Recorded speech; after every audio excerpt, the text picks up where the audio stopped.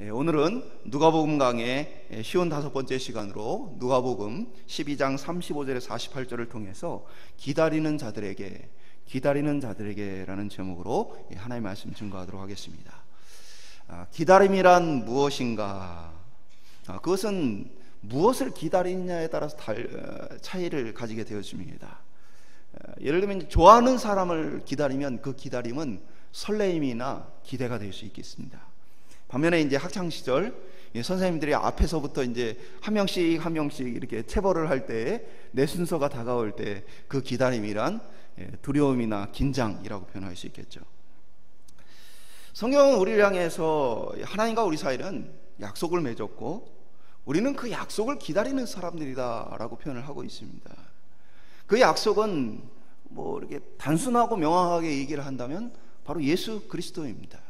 구약의 백성들은 이 땅에 오실 예수님에 대한 약속을 받고 기다렸고, 또 우리는 신약의 백성들은 어떻습니까? 다시 오시겠다고 하신 그 예수님을 약속을 믿고 기다리고 있는 상황 속에 있습니다. 한마디로 얘기해서 성경은 신구약 모두 예수 그리스도에 대한 기다림의 약속이라고 표현을 할 수 있습니다.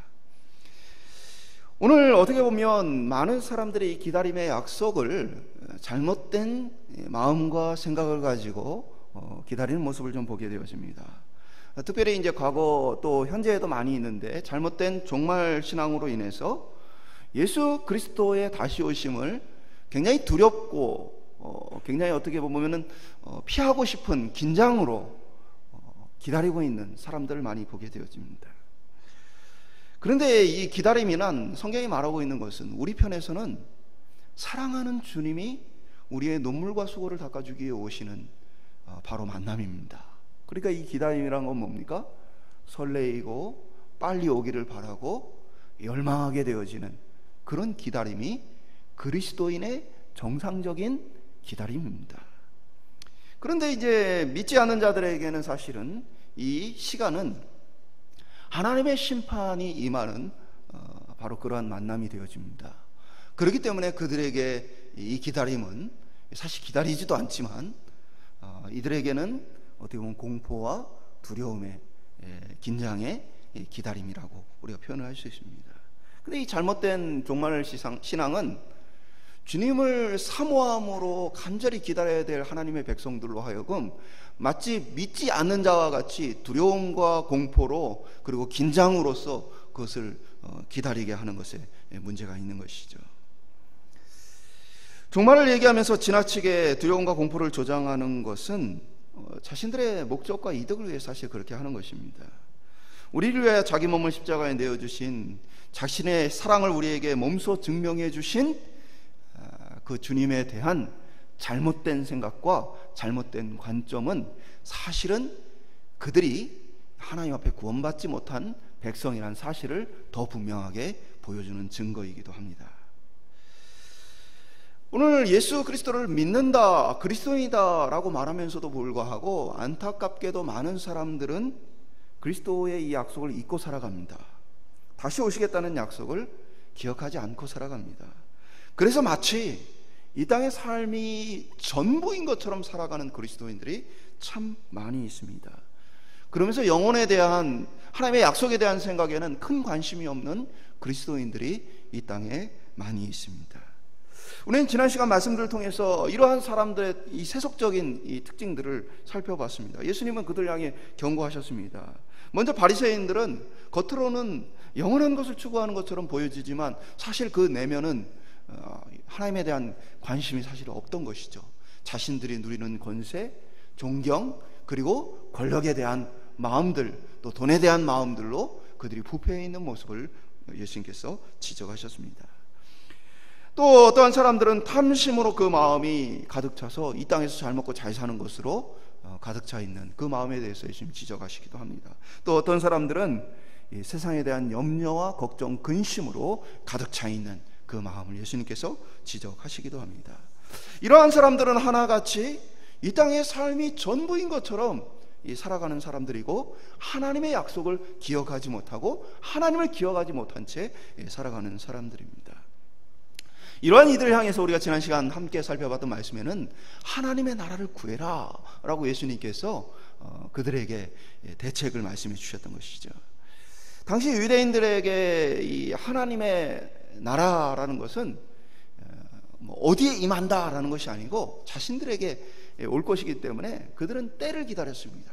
어느 때가 되어서 하나님이 구원자 메시아를 그리스도를 보내시면 그러면 바로 그때에 하나님의 나라가 다시 세워질 것이다. 그들은 기대했던 것이죠. 그러니까 이들에게는 하나님의 나라가 언제 임하냐에 대한 이 마음과 생각들로 가득했던 모습을 보게 되어져요.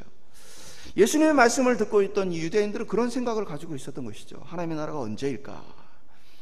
근데 주기도문의 말씀과 같이 이들의 마음과 같이 오늘 우리에게도 동일한 주제를 주셨어요.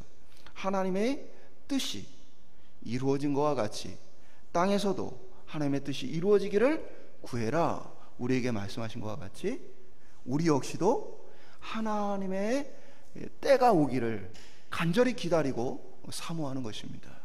하나님의 나라는 이미 우리에게 임했지만 그것이 이제 완전히 완성되는 날이 바로 예수님의 재림의 날입니다. 그때에는 이제 남김없이 자신의 뜻을 다 드러내고 나타내셔서 옳고 그른 것과 또 선하고 악한 것들을 분명하게 구분하시는 그런 때가 임하게 되어지는 것이죠. 그러니까 오늘 우리가 주기도문을 통해서 기도하는 것도 뭡니까? 하나님의 나라가 임하기를 기도하고 하나님의 뜻이 이루어지기를 기도하고 그 하나님의 뜻이 완성되어지기를, 주님이 빨리 다시 오시기를 기도하는 그러한 것이 오늘 우리 그리스도인들의 삶이라는 것입니다. 오늘 우리는 이 약속을 기다리고 있는가? 기억하고 있는가?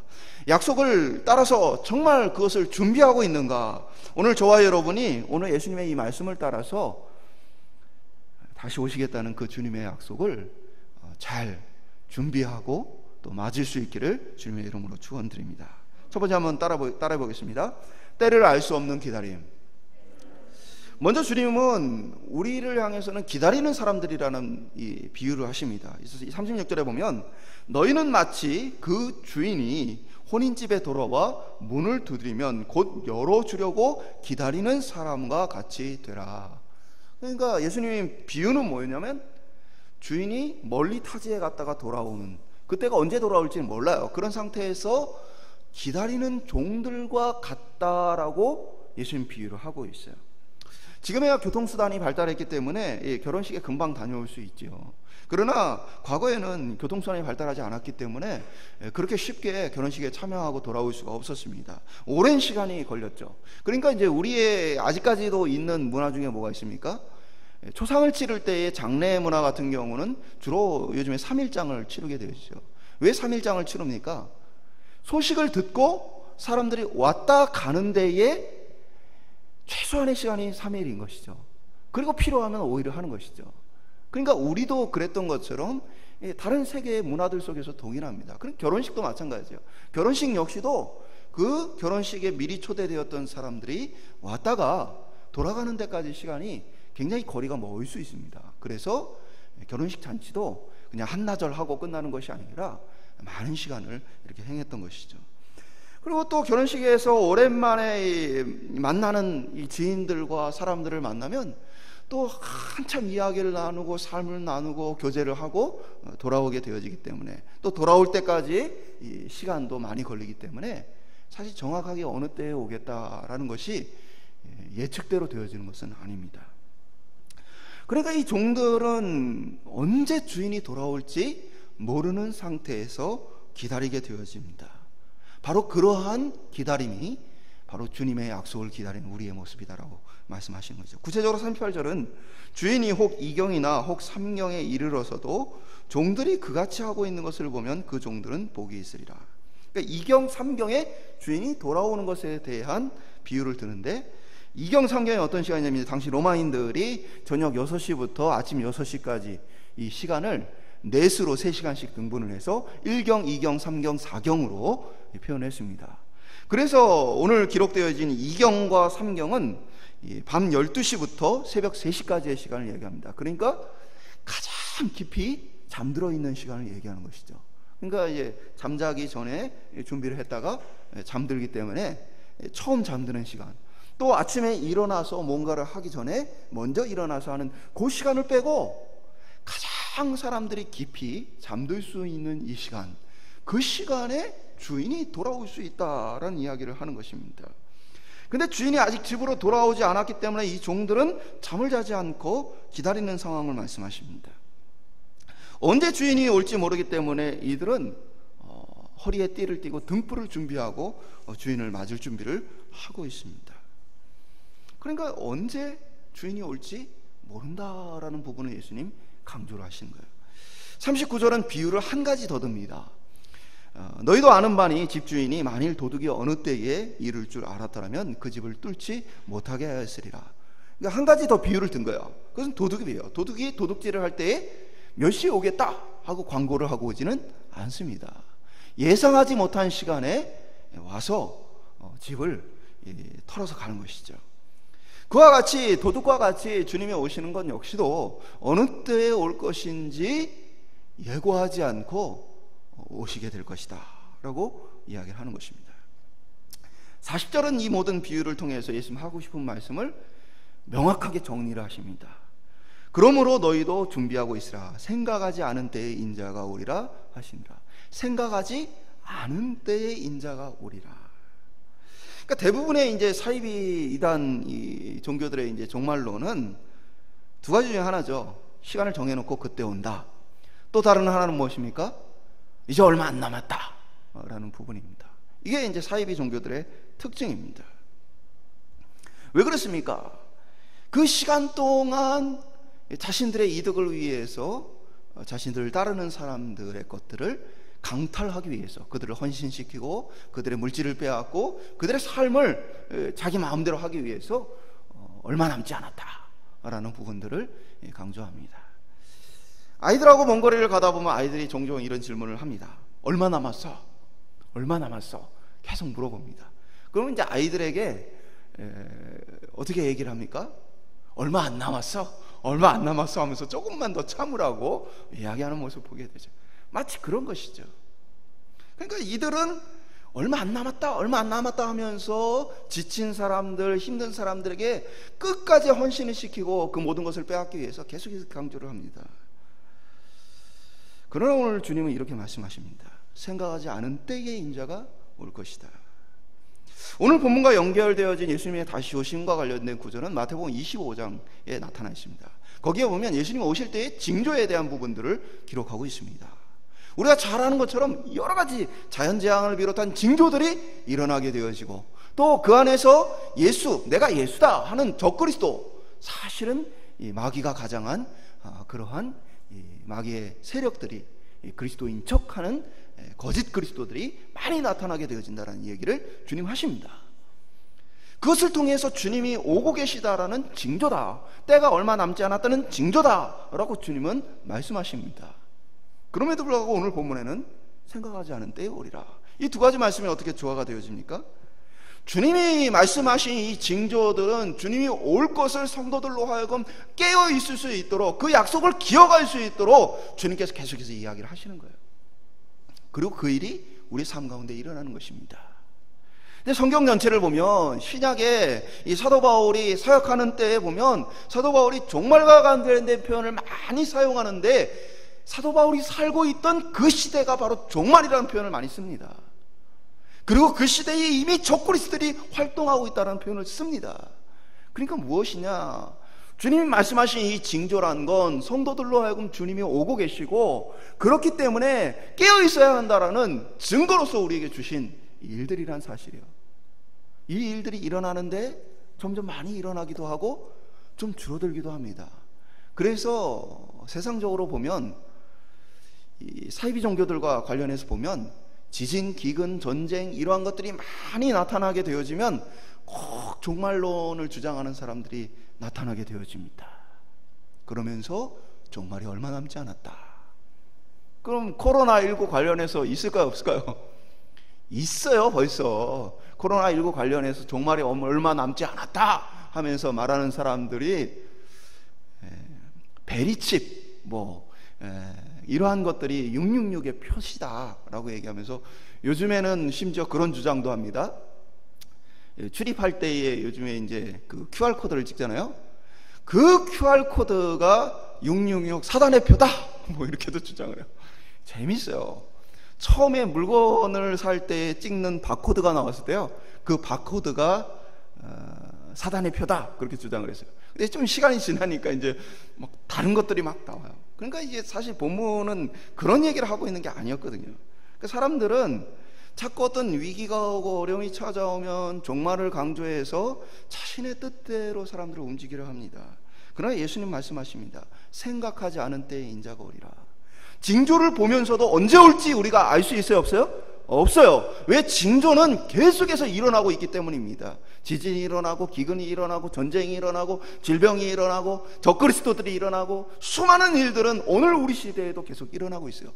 그것을 통해 주님이 우리에게 하시고자 하는 말씀은 무엇입니까? 하나님이 우리에게 전달하시고자 하는 하나님의 메시지는 무엇입니까? 내가 오겠다는 약속대로 반드시 올 것이다. 그러니까 깨어있으라 라고 주님은 우리에게 말씀하시는 거예요. 다만 생각하지 않은 때에 인자가 오리라. 그렇기 때문에 우리가 깨어 있어야 한다는 것이죠. 그래서 우리는 이 기다림에 대한 예측을 멈춰야 돼요. 기다림에 대한 예측을 멈춰야 우리의 삶에 진실할 수 있습니다. 성도들 중에서도 이런 분들이 많아요. 지금은 적당히 살지만 주님이 오실 때가 가까우면 내가 정신을 똑바로 차리겠습니다. 내가 죽을 때가 가까우면 그러면 제가 회개하고 돌이키겠습니다. 그런 사람들을 많이 보게 되어져요. 근데 주님은 그거에 별 관심이 없어요.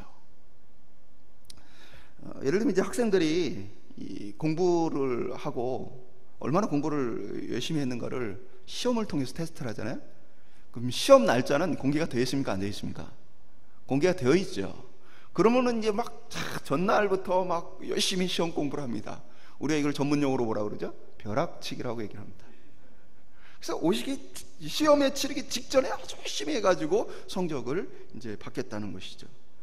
근데 예수님이 말씀하신 건 뭐예요? 벼락치기가 안 통한다. 내가 관심 있는 건 너희가 어떤 결과를 내거나 겉에 어떤 모습을 가지는 벼락치기가 아니다.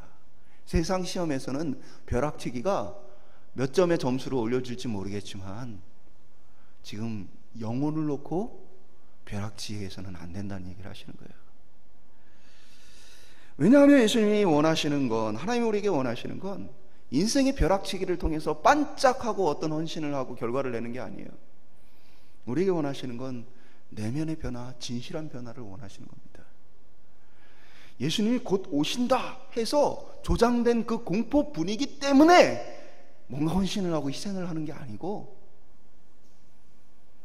우리 내면에 그리스도를 사랑하는 마음과 그 말씀을 진실히 여기는 내면의 변화를 통해서 우리가 하나님 앞에 나오기를 원하신다는 사실입니다. 겉모양의 변화가 아니에요. 겉으로 보여지는 헌신이 아니에요. 주님은 그렇기 때문에 우리의 신앙은 유일한 방식이 벼락치기가 아닌 늘 깨어 있습니다 라고 말씀하고 계십니다. 사랑하는 여러분, 주님은 언제 오실지 모릅니다. 우리가 생각하지 못한 때에 오실 수 있습니다. 그렇기에 늘 준비되어 있는 저와 여러분 되시기를 소망합니다. 두 번째 따라 보겠습니다. 맡겨진 것을 가지고 기다림. 그러니까 예수님을 기다려요. 다시 오실 예수님을 기다립니다. 하나님의 약속을 기다립니다. 그런데 우리가 그냥 기다리는 것이 아니고 기다린 동안 우리에게 맡겨진 것이 있다라고 오늘 본문은 이야기를 하고 있습니다. 41절에 베드로가 이 비유의 말씀을 듣고는 예수님께 물어봐요. 이거 제자들인 우리에게 하시는 말씀입니까? 아니면 무리들 전부에게 하시는 말씀입니까? 왜 이 베드로가 이렇게 질문을 했냐면, 오늘 본문과 이어진 이제 앞쪽에 22절에 보면 상황이 나타나 있는데 예수님이 제자들에게 따로 불러서 말씀하시는 부분으로 기록되어 있어요. 그러니까 오늘 본문까지도 계속해서 예수님 제자들을 불러놓고 제자들에게 말씀하시는 거예요. 그러니까 베드로의 입장에서는 이 말씀을 들으면서 이게 우리에게만 속한 것인가 아니면 모든 사람들에게 속한 것인가 궁금했던 것이죠. 그러니까 사실 오늘에야 우리가 하나님의 말씀에 대한, 예수님의 말씀에 대한 이해가 상당히 깊지만 당시 제자들에게는 사실 그 말씀을 다 이해하고 받아들이는 것이 쉽지 않았어요. 그러니까 베드로의 이 질문에 대해서 예수님은 베드로의 질문에 그대로 대답을 안 해주셔요. 그러니까 베드로야, 이거는 너희들한테 하는 얘기다. 베드로야, 이거는 모든 사람에게 하는 얘기다 라고 예수님이 시원하게 답을 안 주십니다. 예수님 화법 중에 하나요. 예수님은 바로 그렇다면 너에게, 제자들에게 필요한 비유로 이 부분을 다시 말씀해 주십니다. 그래서 뒷부분도 나와 있는 부분은 제자들을 염두에 두고 맞춰진 비유입니다. 사실은 지도자들에게 1차적으로 해당되는 이 내용이에요. 보면 42절에 보면 예수님의 이 비유 속에는 진실한 청지기에 대한 말씀하세요. 이 청지기는 주인이 이 집을 비우면서 그에게 나머지 종들을 다 맡깁니다. 그리고 그들에게 양식을 맡아서 나눠주고 관리하라고 권한을 주고 갑니다. 이 권한을 부여받은 종은, 이 청지기는 다른 이 종들에 비해서 많은 힘을 가지고 있고 주인 대신 주인의 역할을 하게 되어집니다. 그러면서 이 역할을 맡은 두 가지의 이 청지기에 대한 이야기를 하시는데, 하나는 진실하고 항상 깨어있는 청지기입니다. 주인의 빈자리를 잘 감당하면서 집안을 돌보고 자신들에게 맡겨진 다른 종들을 잘 돌보는 사람입니다. 반면에 이제 45절에 보면 주인이 올 시간이 멀었다라는 예측을 해요. 그러면서 이 사람은 먹고 마시고 취하고 또 자신에게 맡겨진 그 종들에게 횡포를 부리는, 때리는 신실하지 않은 종의 모습을 기록을 합니다. 그러니까 이 비유는 1차적으로 베드로의 질문에 의해서 이 비유가 우리를 향한 겁니까? 모든 사람을 향한 겁니까? 라고 물으니까 예수님이 베드로를 비롯한 지도자들에게 1차적으로 해당되는 말씀하신 거예요. 근데 중요한 것은 예수님께서 이 비유 속에 하신 표현이에요. 그러니까 청지기로서 주인의 재산과 이 권리를 이양받은 이 사람이 주인의 재산을 얼마나 많이 늘리느냐, 어떻게 하면 이 사람이 이 많은 이 주인을 향한 이득을 만들어내느냐에 대한 명령이 없어요. 이 주인이 가면서 하는 말이 중요한데, 이 주인이 청지기, 이 종에게 맡긴 것은 나머지 종들에게 때를 따라서 양식을 나눠주라 라고 명령을 하고 갔다는 거예요. 그러니까 이게 왜 중요하냐면, 하나님께서 부르신 지도자의 역할은 무엇입니까?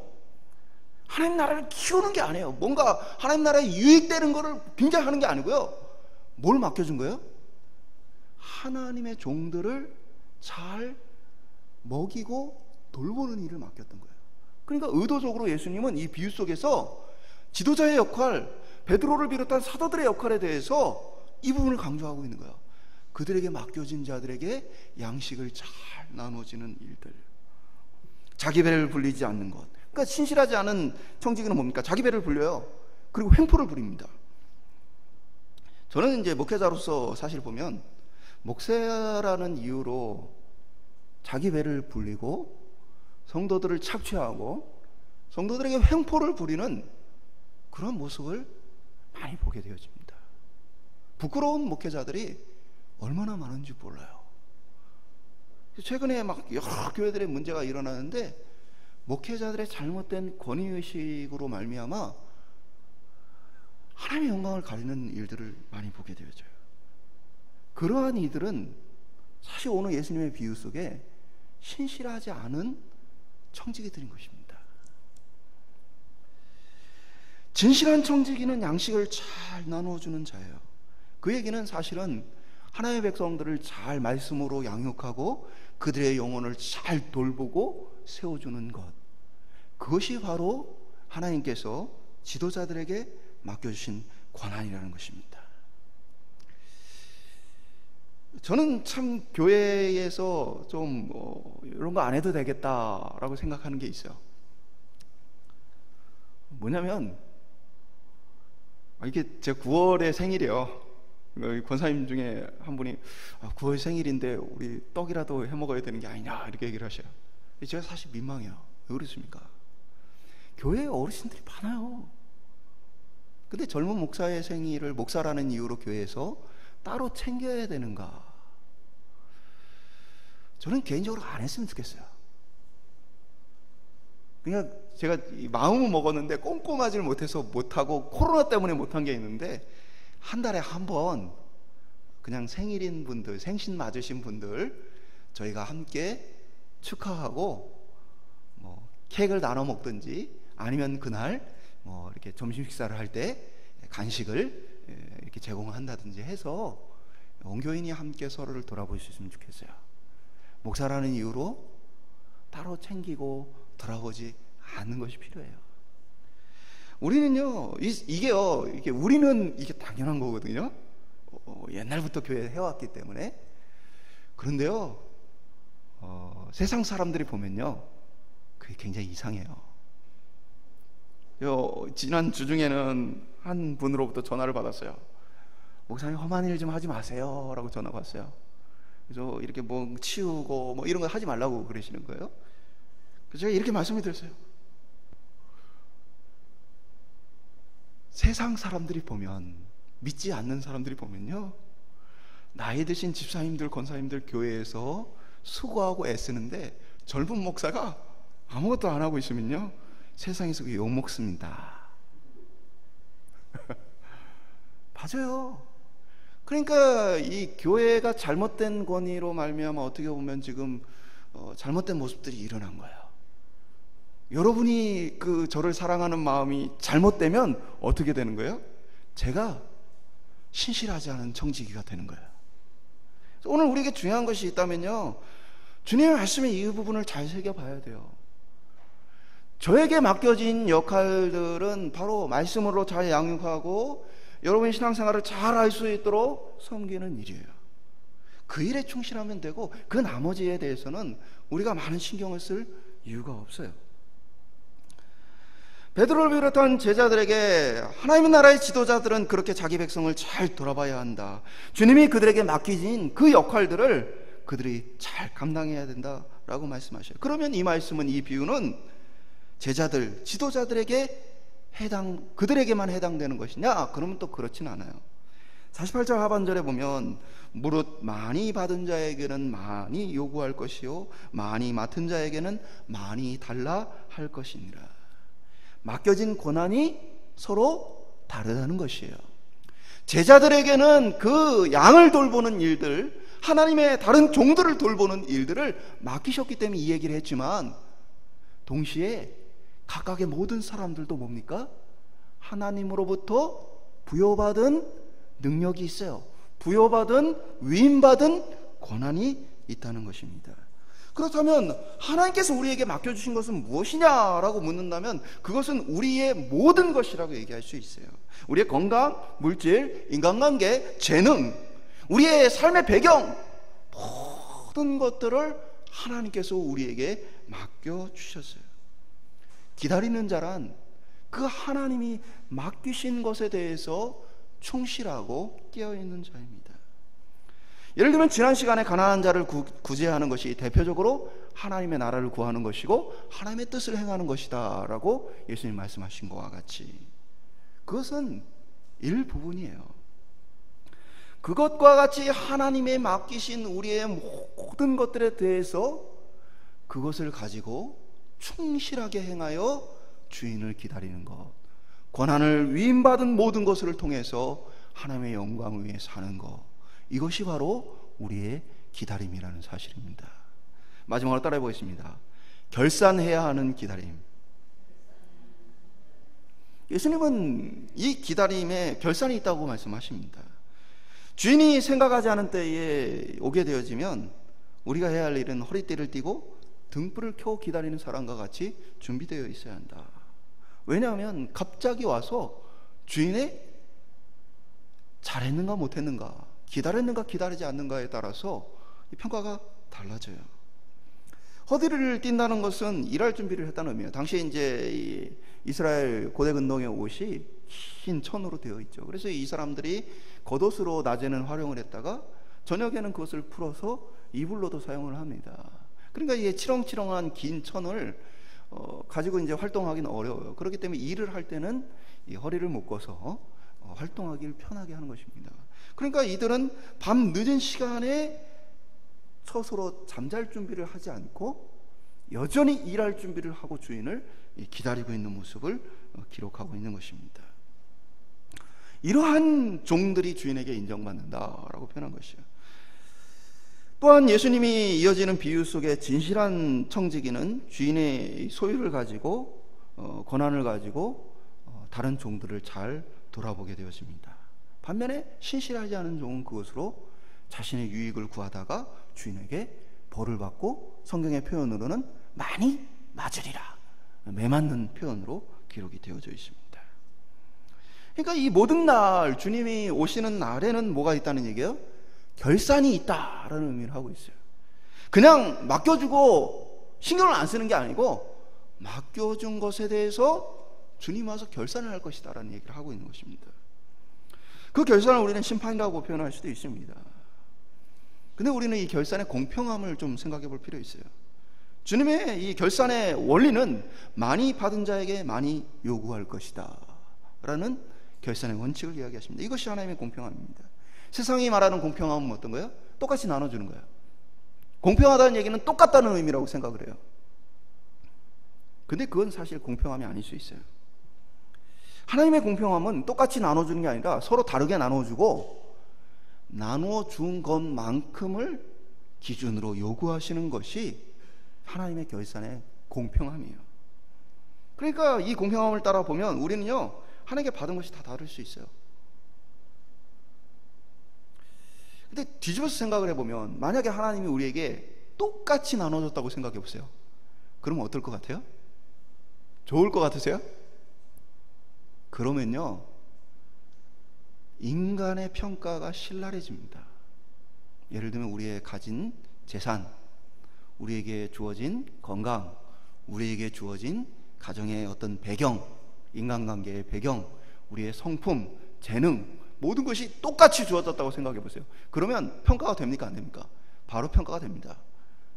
다 똑같이 100만 원을 가지고 시작했는데 누구는 200만 원을 만들었고 누구는 그거를 다 써버려서 50만 원 남았다.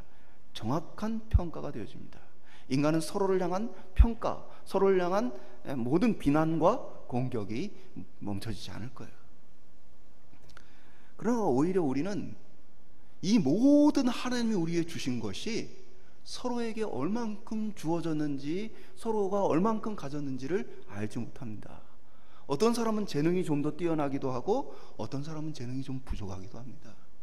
이러한 부분은 받았지만 이러한 부분은 받지 못한 사람도 있을 수 있습니다. 그러니까 우리는 그것을 알아요, 몰라요? 몰라요. 이 수많은 것들에 대해서 우리가 어떤 기준을 만들어서 평가할 수도 없어요. 그럼 누구만 알아요? 하나님만 알아요. 그래서 인간은 서로를 향해서 결산하고 서로를 향해서 평가할 능력이 있어요, 없어요? 없어요. 하나님 철저하게 인간엔 그런 능력 없다는 것들을 하나님의 공평함을 통해서 보여준 거예요. 하나님만이 아세요. 하나님만이 아시기 때문에 우리는 서로를 비교하고 서로를 평가하고 서로를 향해서 비난할 자격이 없어요. 그 모든 것은 하나님이 결산 때에 하실 것입니다. 그래서 저는 그것이 더 큰 은혜라고 생각해요. 똑같이 나눠주시지 않아서 나는 나 나름대로의 하나님 향한 신앙생활을 할 수 있게 되어진 것이죠. 그러니까 이게 하나님의 큰 은혜입니다. 오직 하나님만이 재판가이신 이유입니다. 그리고 수많은 인간이 각각 다양한 이유입니다. 마치 사람이 그렇게 많은데도 불구하고 지문이 어떻게 이렇게 많이 다양할 수 있을까? 신기하지 않으세요? 어마어마한 인구가 있는데 지문이 어떻게 이렇게 다양하게 존재할 수 있는가? 이 조금밖에 안 되는 이 면적에 얼마나 다양한 디자인이 들어가 있어요. 어마어마한 거죠, 하나님의 다양성이란 건. 그러니까 인간이 그만큼 다양하고 하나님의 이 다양한 형상으로 만들어졌다는 것이죠. 그래서 교회는요, 서로를 비판하거나 비교하지 않아야 합니다. 내가 이렇게 하니까, 나는 이렇게 섬기니까 당신도 이렇게 하십시오. 평가는 주님이 하시는 겁니다. 요구도 주님이 하시는 겁니다. 우리는 그저 우리에게 주어진 것에 대해서 우리 나름대로의 신앙과 결단을 가지고 하나님 앞에 나갈 뿐입니다. 그럼에도 불구하고 세상은 많이 가지고 싶어요. 많이 가지고 싶어요. 재능도 많이 가지고 싶고, 얼굴도 좀 더 이쁘고 잘생겼으면 좋겠고, 키도 컸으면 좋겠고, 바라는 것이 너무 많아요. 근데 주님이 말씀하신 줄, 많이 받으면 내가 많이 달라 할 것이다. 사실 성경은 어떻게 표현하겠어요? 부자가 천국에 들어가는 것, 낙타가 바늘기로 들어가는 것보다 어렵다고 표현하고 있어요. 그만큼 많이 가지게 되고 많이 누리게 되어지는데 신앙을 잘 유지하는 것이 쉽지 않다는 걸 얘기해요. 자신의 욕심과 자신의 것들을 내려놓고 하나님이 요구하는 그 기준을 채워가는 것이 어렵다는 얘기를 하고 있어요. 그럼에도 불구하고 우리는 꼭 어떻게 해요? 모든 것에 대해서 많이 받고 싶고 많이 가지고 싶어요. 우리의 성품, 외모, 재능, 물질, 모든 걸 남보다 더 많이 가지고 싶어요. 한번 따라해볼까요? 내가 받은 것이 족하다. 충분해요.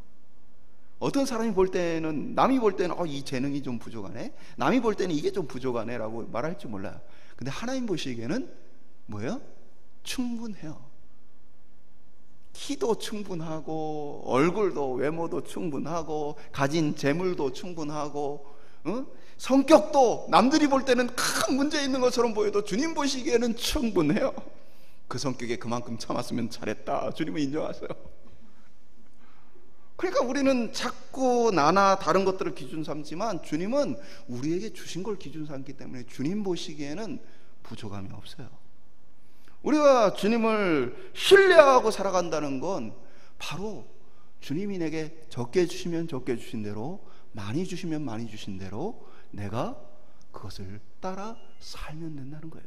그것을 따라 결산받게 되어 있기 때문에 남들을 부러워할 것도 없고 더 많이 가지려고 지나치게 욕심에 매일 이유도 없다는 사실입니다. 저는 오히려 너무 많이 안 가져서 감사하다는 생각이 들어요. 너무 잘생기면 얼마나 삶이 피곤하겠어요. 너무 물질이 많으면 그 물질을 통해서 하고 싶은 거 할 수 있는 게 많아지잖아요. 그럼 얼마나 시간을 낭비하고 또 그 물질을 쓰느라고 정신 팔려 살겠어요. 그냥 하나님 주신 게 내게 족할 뿐이에요. 그는 공평하시기 때문에 그것을 따라 결산하기 때문이에요. 나 자신의 만족을 위해 살기 쉬운 우리에게 어떻게 보면 하나님의 영광을 사는 데에 지금 나에게 주어진 것이 최상이다. 우리 편에서는 부족하게 느껴져도 필요하면 하나님 더 주실 것이다. 이 믿음을 따라서 그저 성실하게 기쁨으로 살아갈 수 있기를 간절히 소망합니다. 그래서 많이 가진 것을 부러워하지 말고, 많이 가졌다면 그만큼 숙제도 많구나. 맞죠? 많이 가졌다는 건 마지막 날 결산 때 해결해야 될 숙제가 그만큼 많다는 겁니다.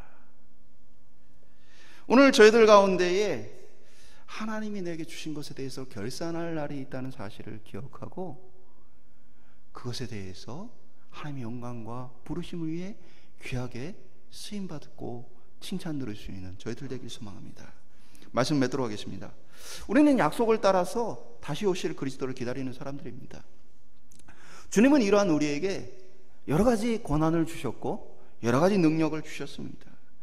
주님은 그저 그것을 모두에게 같이 주신 것이 아니라 각각 서로 다르게 나누어 주셨습니다. 주님이 공평하신 이유는 나눠준 만큼 그것을 기준으로 요구하시기 때문입니다. 그러나 분명한 것은 많이 가진 자나 적게 가진 자나, 많이 받은 자나 적게 받은 자나 모두 동일하게 허리에 띠를 띠고 등불을 켜고 주인 맞을 준비를 해야 한다는 것입니다. 안타깝게도 많은 그리스도인들이 지금 주님 만날 준비를 까맣게 잊어버리고 있습니다. 주님이 다시 오신다는 약속을 잊어버리고 살고 있습니다. 기다린다 말하지만 그들의 마음속 한켠에는 아직 멀었다 시간을 계산하고 있습니다. 주님이 시간 계산하지 말라고 하고 있어요. 일찍 온다고도 계산하지 말고 늦게 온다고도 계산하지 말고 뭐예요? 그냥 깨어있으라고 말씀하시는 것입니다. 그 이유는 그때에 얼만큼 갖췄느냐, 얼만큼 준비했느냐가 평가 기준이 아니라 사실은 뭐예요? 우리의 내면에 그리스도를 향한 진실된 변화가 일어났는가, 그것을 보기를 원하시기 때문이에요. 그래서 급하게 벼락치기로 내 내면을 바꿀 수 있느냐? 불가능해요. 흉내는 낼지 몰라요. 몸이 아파가지고 죽을 날이 가까워서 갑자기 내가 주님을 위해 교회를 위해 이렇게 헌신하고 저렇게 헌신하고 희생을 하겠습니다 할지 몰라요. 흉내낼 수 있을지 몰라요. 그러나 그 내면이 진실로 변화되는가, 아니면 힘들어서 그저 어려운 마음에 그렇게 하는가, 우리는 알 수 없어요. 유일한 기다림의 방법은 깨어있는 것밖에 없어요. 예측하는 것을 내려놓고 우리는 깨어있어야 해요. 그래서 주님이 이 한 부자에게 말씀하셨던 것처럼 오늘 밤 내 영혼을 도로 찾으리라 하실 때에 우리는 준비되어 있어야 돼요. 예, 주님 오늘 드디어 오시는군요. 어서 오시옵소서. 한번 따라해볼까요? 주 예수여 어서 오시옵소서. 주님이 빨리 당장 왔으면 좋겠어요? 아니면 좀 있으면 늦게 오셨으면 좋겠어요? 빨리 오시기를 기다리는 마음, 그리스도인의 마음이에요. 사랑하는 주님을 빨리 만나고 싶고, 사랑하는 주님과 함께 그의 평화롭고 완전한 통치 속에 살기를 열망하는 거예요. 그런데 많은 사람들이 아직 이걸 못했어요, 아직 저걸 못했어요, 조금만 시간을 더 주시며 라고 얘기를 하고 있어요. 그것은 지금 우리가 해야 될 일인 거예요. 언제든 주님 오실 수 있도록 우리가 깨어 있어야 하는 것이에요. 오늘 저와 여러분이 기다리는 자로서 간절한 마음으로 주 예수를 기다리면서 깨어 있어서, 준비되어 있어서, 허리를 동이고 등불을 켜고 인내하고 참으면서 주님을 사모하고 있어서, 마치 이 종들이 밤 2경과 3경이 되었을 때 얼마나 졸립고 피곤하고 힘들었겠어요. 주인이 빨리 왔으면 좋겠다, 빨리 왔으면 좋겠다 하면서 기다렸던 그 마음이 오늘 주의 약속을 기억하고 간절히 기다리는 저희들의 신앙이 될 수 있기를 주님의 이름으로 축원드립니다.